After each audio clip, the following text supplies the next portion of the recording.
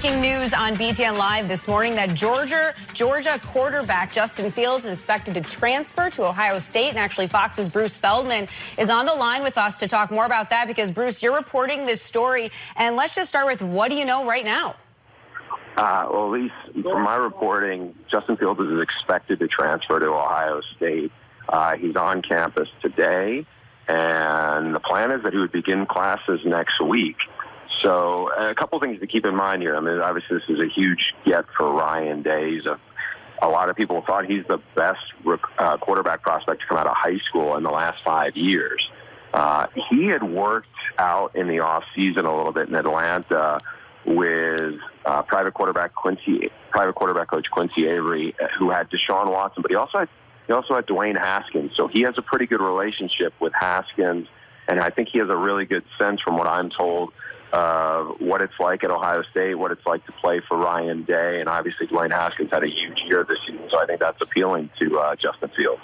And it's interesting because he's from Georgia and obviously then would be going to Columbus. So I think the first question that, out of what you just talked about in reporting this news, what does this mean then about Dwayne Haskins, who as of right now has not made a decision on whether he'd be staying in Columbus or not? Well, I would be very surprised if Dwayne Haskins decided to come back for another year at Ohio State. From talking to some old NFL personnel people, they think Dwayne Haskins is a top 5 pick.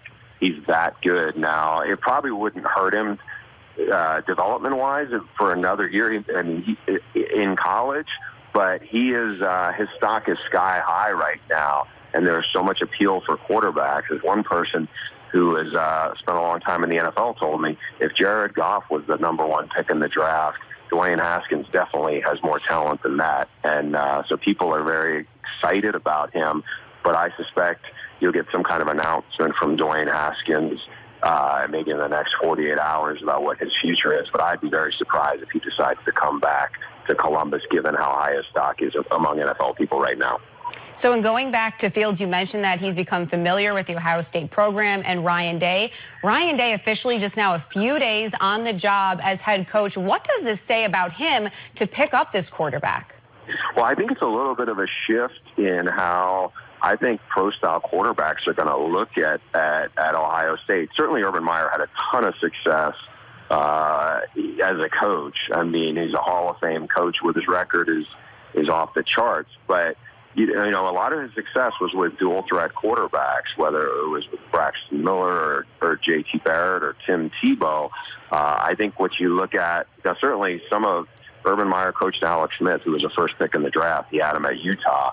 But I think when people see what Ryan Day took with a guy who was unproven, albeit with a great arm, and how he developed Haskins, I think that's going to be a big appeal for a lot of guys going forward. And I think it's more than just, hey, the dual threat guys are going to look in Columbus now.